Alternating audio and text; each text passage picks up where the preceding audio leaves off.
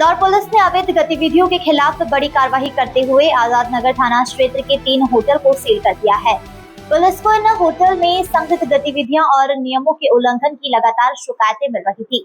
DCP Narendra Rawat के निर्देशन में की गई इस कार्रवाई के दौरान पुलिस ने महत्वपूर्ण साक्ष्य भी जब्त कर लिए हैं। पुलिस का कहना है कि शहर में कानून व्यवस्था और सुरक्षा बनाए रखने के लिए ऐसे अभियान लगातार जारी रहेंगे। दरअसल इंदौर के आजाद नगर थाना क्षेत्र में पुलिस ने अवैध गतिविधियों के खिलाफ सख्त रुख अपनाते हुए होटल गोल्डन, होटल नमन और होटल बलमेश्वरी पर कार्रवाई की है। पुलिस को इन होटलों में संदिग्ध गतिविधियों और कथित देह व्यापार की सूचना मिल रही थी, जिसके बाद पुलिस टीम ने मौके पर पहुंचकर जांच की। जांच में सामने आया कि होटल संचालकों द्वारा पुलिस वेरिफिकेशन सहित कई जरूरी नियमों का पालन नहीं किया जा रहा था। कार्रवाई के दौरान पुलिस ने बीएनएस की धारा 223 के तहत प्रकरण दर्ज करते हुए होटलों को सील कर दिया। वहीं धारा 170 के तहत प्रतिबंधात्मक कार्रवाई करते हुए संबंधित आरोपियों को जेल भेजा गया है। एफएसएल टीम ने मौके से डीवीआर और अन्य महत्वपूर्ण साक्ष्य भी जब्त किए हैं, जिनकी जांच जारी है। गौरतलब है कि पिछले 15 दिनों से पूरे जोन में विशेष अभियान चलाया जा रहा है। अभियान के तहत अब तक 143 होटलों और 67 ढाबों की जांच की जा चुकी है। इस दौरान नियमों का उल्लंघन करने वाले 37 होटलों पर कानूनी कार्रवाई की गई है, जबकि 8 ढाबों के खिलाफ आबकारी अधिनियम के तहत प्रकरण दर्ज किए गए हैं। सर, आजाद नगर क्षेत्र में कई कार्रवाई की गई है, होटलों पर कार्रवाई की गई है और सेक्स पे कुछ स्पेशल बताया जा रहा है, कहाँ की कार्रवाई की गई, सर क्या पूरी जानकारी? ये आज़ाद नगर क्षेत्र में 3 होटलों की हम लोगों को सूचना मिली थी। एक गोल्डन, होटल नमन और एक होटल बलमेश्वरी। इसमें इस तरीके की सूचना थी कि यहाँ पे कुछ अवैध गतिविधियाँ चलती हैं, तो उसी को मद्देनज़र रखते हुए हम लोगों ने उनको चेक किया गया। जो हमारे 163 के अंतर्गत आयुक्त साहब आदेश निकालते हैं, उसमें होटलों को अपना जानकारी वेरिफिकेशन सब थाने पर प्रोवाइड करना रहता है। तो उसी अवज में जब चेक किया गया तो उन्होंने कोई प्रोसीजर फॉलो नहीं किया था, तो उसमें 223 की बीएनएस के अंतर्गत कार्रवाई की गई है और हमारी एफएसएल टीम ने उनके डीवीआर वगैरह भी जब्त किए हैं और वहाँ से कुछ एविडेंस भी कलेक्ट किए हैं। तो एविडेंस कलेक्शन के माध्यम से उस होटलों को भी कुछ टाइम के लिए अभी बंद है, क्योंकि कुछ एविडेंस हम लोग को और कलेक्ट करने हैं, तो 4-5 दिन के लिए और बंद रहेंगे वो होटल और उसमें आगे की कार्रवाई की जा रही है। सर बताइए, तो महिलाएं भी यहाँ आती है, सेक्स के व्यापार की जैसी भी बातें सामने आ रही है, सर इसमें कितनी सच्चाई है? ये हम लोगों ने अभी उन पर धारा 170 के अंतर्गत उनको प्रिवेंटिव एक्शन भी किया है और अभी वो जेल में निरुद्ध हैं। आगे की अग्रिम कार्रवाई की जा रही है। इस तरीके की सूचना थी कि कुछ प्रोस्टिट्यूशन का काम चलता था, उसमें हम लोग जांच कर रहे हैं। जो भी तथ्य आएंगे आपको अवगत कराएंगे। और मैं आपके माध्यम से ये भी बताना चाहता हूँ कि सभी जोन में करीब हम लोगों ने थाना वाइज सूची बनाई है, उसमें करीब 143 हमारे यहाँ होटल हैं और 67 के करीब ढाबे हैं।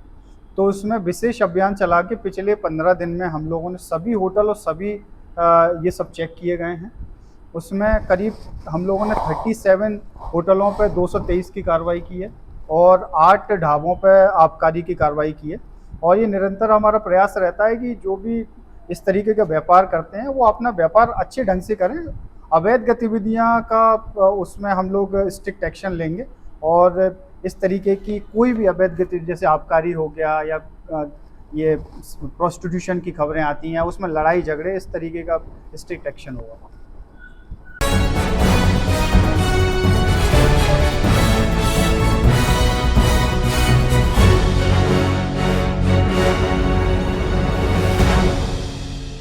मध्य प्रदेश के धार जिले के टांडा से आ रही है बड़ी खबर। नगर का सबसे बड़ा सामुदायिक स्वास्थ्य केंद्र सीएचसी टांडा खुद एक गंभीर समस्या से जूझ रहा है। लंबे समय से डॉक्टर एवं स्टाफ की भारी कमी बड़े लंबे समय से देखी जा रही है, किंतु हाल ही में टांडा स्वास्थ्य केंद्र प्रभारी डॉक्टर नितिन श्रीवास्तव एवं डॉक्टर यत्न जैन के स्थानांतरण होने के कारण टांडा के स्वास्थ्य केंद्र पर एक भी डॉक्टर नहीं है। इस कारण स्वास्थ्य सेवाएं गंभीर संकट के दौर से गुजर रही हैं। आपको बता दें, टांडा क्षेत्र आदिवासी बाहुल्य क्षेत्र है।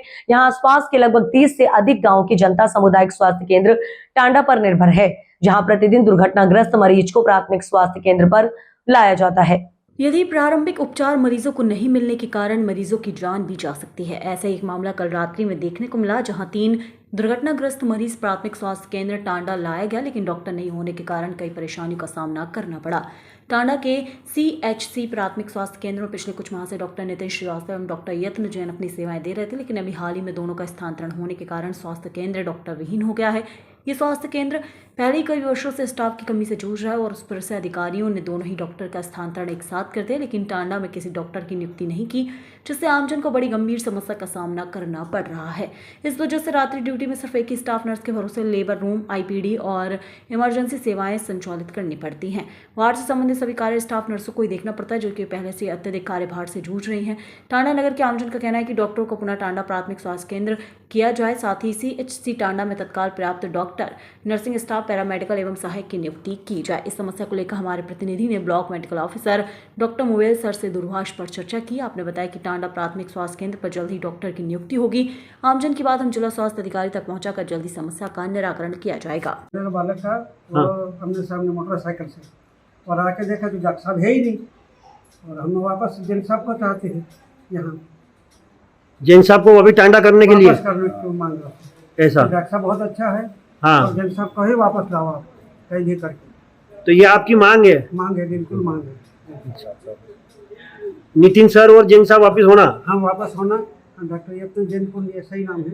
हाँ, हाँ। वही जैन साहब को ही वापस लाना बहुत जरूरी है, तो ये आदिवासी एरिया है और आदिवासी एरिया में कोई काम करने लायक आदमी है, चाहे जैसे, हाँ, क्योंकि आदिवासी एरिया है, गरीब लोग हैं, हाँ, हर समय पे वो मदद करता है, रात दिन एक करके काम करके दिखाता है वो। आपका नाम? मेरा नाम सज्जन सिंह पटेल।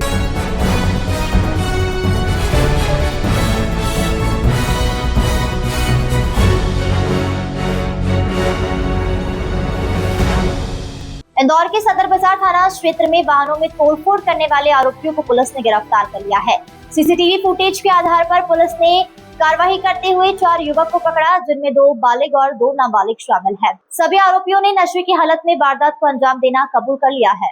दरअसल इंदौर के सदर बाजार थाना क्षेत्र में 7 जून की देर रात कुछ युवकों ने सड़क किनारे खड़ी कारों और 2 पहिया वाहनों में जमकर तोड़फोड़ की थी। वहीं की घटना का वीडियो CCTV कैमरों में कैद हो गई थी, जिसके आधार पर पुलिस ने मामला दर्ज कर आरोपियों की तलाश शुरू की। जांच के बाद पुलिस ने 4 आरोपियों को गिरफ्तार किया, जिनमें 2 बालिग और 2 नाबालिग शामिल हैं। बालिग आरोपियों की पहचान काना और सक्षम के रूप में हुई है। पूछताछ में आरोपियों ने स्वीकार किया कि वे नशे के आदी हैं और नशे की हालत में ही उन्होंने इस वारदात को अंजाम दिया था। वहीं पुलिस की तकनीकी जांच के दौरान इंस्टाग्राम पर सक्रिय ऐसे 30 से 35 युवाओं को भी चिन्हित किया गया है, जो तोड़फोड़ और अवैध गतिविधियों से जुड़े फोटो वीडियो साझा कर गलत प्रवृत्तियों को बढ़ावा देते हैं। इनमें 14 नाबालिग और 7 से 8 नाबालिग युवाओं को थाने बुलाकर काउंसलिंग की गई। साथ ही चेतावनी दी है कि यदि भविष्य में इस तरह की गतिविधियों में शामिल पाए गए तो उनके खिलाफ सख्त कानूनी कार्रवाई की जाएगी। क्या नाम है आपका? मनन जैन। क्या काम करते हो? मैं वकालत पढ़ रहा हूँ। अच्छा अच्छा, क्या हुआ था आपके यहाँ? पिछली रात कुछ बदमाशों द्वारा गली में कार फोड़ी गई, कुछ गाड़ियों के कांच फोड़े गए। जैसे हमें सूचना मिली तत्काल हमने पुलिस को सूचना दी। मौके पे पुलिस उपस्थित होके और हमारी सुनवाई करी। एक बदमाश को रात को ही पकड़ा और कुछ जो बदमाश थे उनको अगले दिन पकड़ के और उन पे कार्रवाई की। हमारी FIR भी लिख ली गई और पुलिस द्वारा मुआवजा भी दिलाया गया। आप पुलिस कार्रवाई से संतुष्ट हो? हम पूरी तरह संतुष्ट हैं और धन्यवाद देते हैं। आपको अपने कांचों का मुआवजा मिल गया है? जी सर।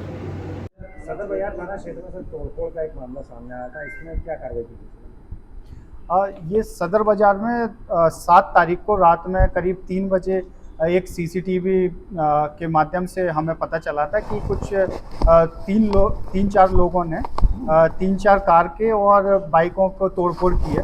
तो उसमें हम लोगों ने तुरंत संज्ञान लेते हुए एक अपराध पंजीबद्ध किया गया। अपराध पंजीबद्ध करने के बाद उनको ट्रैक किया गया। उसमें 4 लड़के हम लोगों ने पकड़े थे, जिसमें 2 नाबालिग थे और 2 बालिग थे। एक काना और सक्षम नाम के 2 व्यक्ति थे जिन्होंने तोड़फोड़ की है। और जब उनसे पूछताछ की गई तो नशे के आदी थे और नशे में उन लोगों ने ये तोड़फोड़ की है। उनके पेरेंट्स को भी हम लोगों ने बुलाया, उनको समझाइश भी दी, उनको प्रिवेंटिव एक्शन भी किया गया है। उनको बताया गया है कि भविष्य में इस तरीके की करेंगे तो उन पर जो बाउंड ओवर के उल्लंघन में भी कार्रवाई की जाएगी। उसके बाद हम लोगों ने एक टेक्निकल बेसिस पे इंस्टाग्राम उनके जब सर्च किए गए तो इंस्टाग्राम में करीब हम लोगों ने 30 से 35 लोग ऐसे चिन्हित किए गए थे जो कि इस तरीके की मानसिकता रखते हैं। वो फोटो उसमें दिख रहे हैं, कहीं तोड़ फोड़ करते हुए, कहीं कोई अवैध गतिविधियां करते हुए या फोटो डाले हुए थे इंस्टाग्राम पे। तो उनको सबको हम लोगों ने थाने पे बुलाया, उनको पेरेंट्स को भी बुलाया, जिसमें करीब 14 नाबालिग बच्चे थे और 7-8 बालिग बच्चे थे। उनको सबको हम लोगों ने इस्तिगासा बनाते हुए प्रिवेंटिव एक्शन किया गया और काउंसलिंग की गई है कि इस तरीके की गतिविधियों में ना रहें, क्योंकि ये क्या है कि एक नई उम्र के बच्चे हैं, अगर इस गतिविधियों में मुड़ जाएंगे तो फिर वो भविष्य में उनका फ्यूचर भी खराब होता है, दूसरा फिर अशांति भी फैलती है एरिया। तो क्या ये भाग जमाने की कोशिश कर रहे थे या क्षेत्र में अपनी बदमाशी दिखाने की कोशिश कर रहे थे, और जो इंस्टाग्राम पे आप बता रहा है रील क्या इसीलिए अपलोड कर रहे थे? देखिए, जब उनसे पूछताछ की गई तो उनका कहना ये था कि नशे में हम लोगों से हो गया है, लेकिन फिर भी हम लोगों ने उसको कंट्रोल करने के लिए हम लोगों ने अभी उनको बाउंड ओवर किया।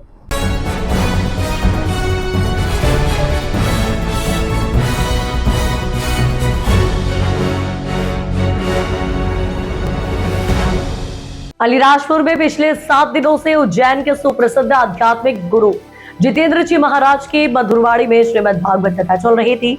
पूरा शहर भक्ति के रस में डूबा हुआ था। आज कथा का समापन था और विधि विधान के साथ भगवत गीता की विदाई होनी थी। उसे उठाया जाना था, लेकिन इससे पहले ही बीती रात चोरों ने एक ऐसी वारदात को अंजाम दिया जिसने हर किसी को झकझोर कर रख दिया। चोर कथा स्थल से पवित्र भागवत गीता ही चुरा ले गए। सुबह जैसे ही गीता जी के चोरी होने की खबर मिली, कथा स्थल पर हड़कंप मच गया। दरअसल आपको बता दें, तुरंत पुलिस को सूचना दी गई। पुलिस और श्रद्धालुओं ने तलाश शुरू की तो होश उड़ाने वाला मंजर सामने आया। चोरी की गई भागवत गीता एक कचरे के ढेर में पड़ी मिली। पवित्र ग्रंथ को इस हालत में देख श्रद्धालुओं की आंखें नम हो गई। पुलिस ने तुरंत तत्परता दिखाते हुए भगवत गीता को ससम्मान अपने कब्जे में लिया और थाने लेकर पहुंची। आखिर इन चोरों का मकसद क्या था? क्या ये सिर्फ चोरी की वारदात है या इसके पीछे कोई और साजिश? पुलिस अब इन तमाम कड़ियों को जोड़ने में जुट गई है। जिस जगह पर भगवत गीता मिली है उसके आसपास के तमाम सीसीटीवी फुटेज को खंगाला जा रहा है ताकि अधर्म करने वाले इन चोरों को जल्द से जल्द सलाखों के पीछे भेजा जा सके।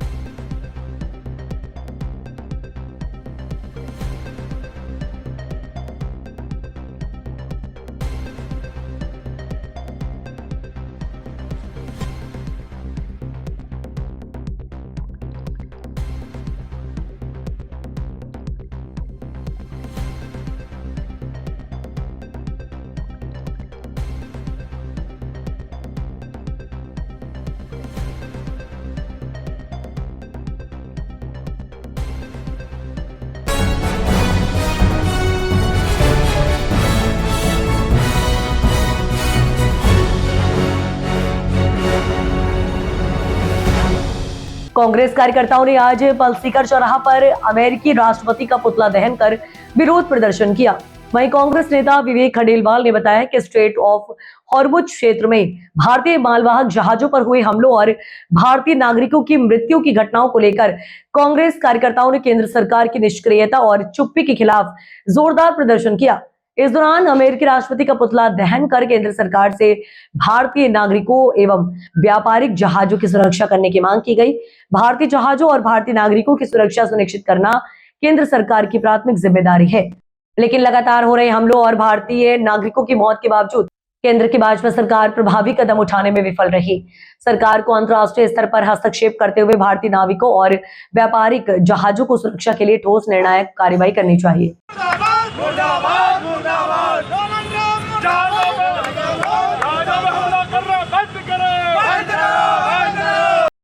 डोनाल्ड ट्रंप का पुतला जलाया गया है, क्या कारण है? देखिए, केंद्र की भारतीय जनता पार्टी की सरकार और नरेंद्र मोदी सरकार किस तरह मुंह में दही जमाकर बैठी है।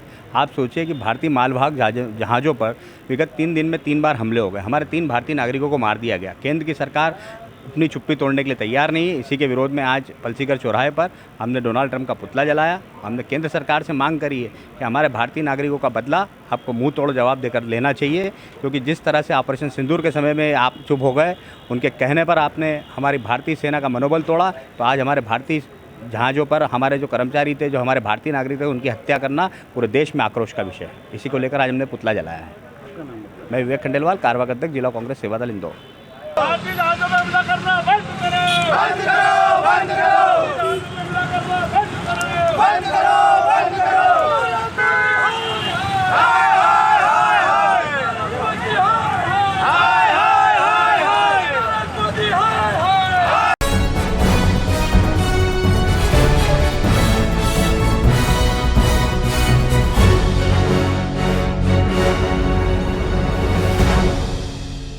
क्राइम ब्रांच इंदौर ने बड़ी कार्रवाई करते हुए 5000 के फरार इनामी आरोपी को गिरफ्तार करने में सफलता हासिल की है।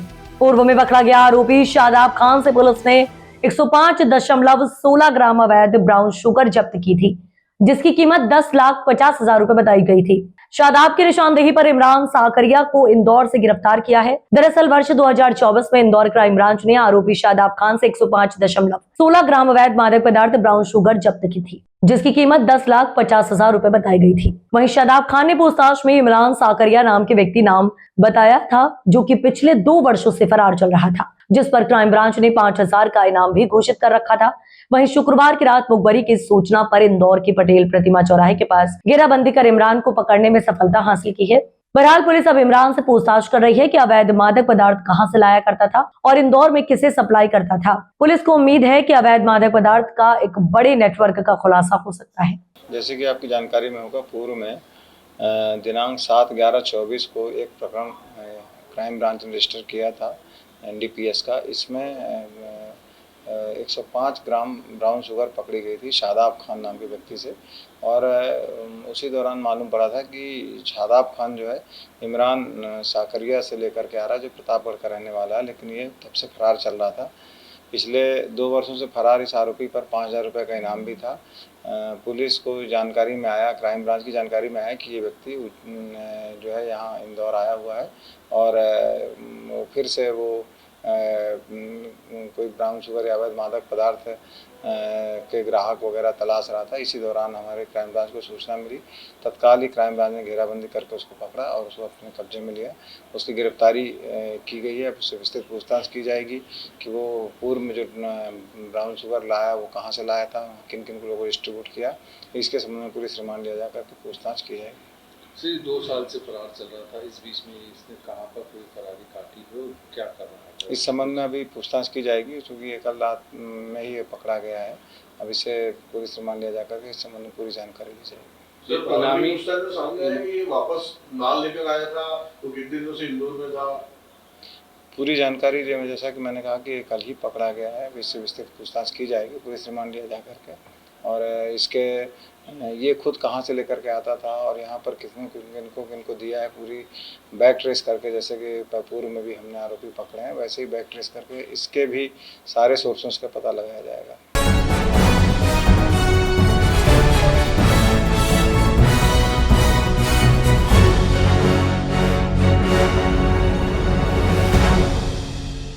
मध्य प्रदेश सरकार और नगर पालिकाओं द्वारा 12 से 18 जून के बीच राज्य के सभी नगरीय निकायों और विकास खंडों में 3 दिवसीय जन कल्याण शिविर का आयोजन किया जा रहा है। उसी के तहत आज मनावर में स्थानीय विक्रम मांगलिक भवन में नगर पालिका द्वारा जन कल्याण शिविर का आयोजन किया गया। नगर पालिका परिषद सीएमओ संतोष चौहान ने बताया कि नागरिकों की समस्याओं, शिकायतों और आवेदनों का मौके पर ही निराकरण करना, पात्र हितग्राहियों को विभिन्न पेंशन, आवास और सामाजिक सुरक्षा योजनाओं से जोड़ने के उद्देश्य से ये जन कल्याण शिविर का आयोजन किया गया। शिविर में शासन की जन कल्याणकारी योजनाओं से वंचित पात्र हितग्राहियों को लाभान्वित और आम जन की समस्याओं का त्वरित निराकरण किया गया। जन शिकायतों के निराकरण हेतु विभिन्न विभागों द्वारा प्रदाय की जाने वाली सेवाओं एवं योजनाओं की जानकारी के लिए विभागीय स्टॉल लगाए गए और पात्र हितग्राहियों को आवेदन, पंजीयन एवं सेवा वितरण की सुविधा एक ही स्थान पर उपलब्ध कराई गई। शिविर में प्राप्त ऐसे आवेदनों को जिनका निराकरण तत्काल संभव न हो, उनके लिए समय सीमा निर्धारित की गई। आज जो ये नगर पालिका परिषद द्वारा जन कल्याण शिविर लगाया गया है, इसमें कौन कौन सी योजनाएं शामिल है और कितने लाभार्थी हुए? आज जन कल्याण शिविर को नगर पालिका द्वारा लगाया गया है। 3 शिविर का आयोजन होगा। 12 तारीख को मांगलिक भवन में, 16 तारीख को नगर पालिका में, 18 तारीख को फिर मांगलिक भवन में। ऐसी योजना है जो आम जनता को सहज उपलब्ध हो। नामांकन है, नल कनेक्शन है, प्रधानमंत्री स्वनिधि योजना है, प्रधानमंत्री आवास योजना है, ऐसी कई प्रकार की जो योजना है हमारी, उन योजनाओं का लाभ हितग्राहियों को सीधे मिल सके, इसके लिए एक ही जगह सभी स्वास्थ्य विभाग, शिक्षा विभाग, नगर पालिका, आंगनबाड़ी, सारे विभाग के लोग यहाँ पे आकर बैठे हैं और लोगों का समस्याओं का निराकरण तुरंत किया जा रहा है। और सभी लोगों को इस योजना का लाभ देना चाहिए, अधिक से अधिक लोगों को यहाँ आना चाहिए, क्योंकि इतनी सहज योजना, इतनी सुचारू रूप से चल रही है। किसी पर आपको एक आवेदन देना है, आपका आधार नंबर, आपकी समग्र आईडी की एंट्री यहाँ पे होगी और आपका जो कागज है आपके पास ही पहुंच जाएगा। तो जनता से मेरी यही अपील है कि सभी लोग इस योजना का लाभ लें। आपका नाम? मैं कैलाश राठौर, मैं नगर पालिका में लोक निर्माण समिति का सभापति हूँ।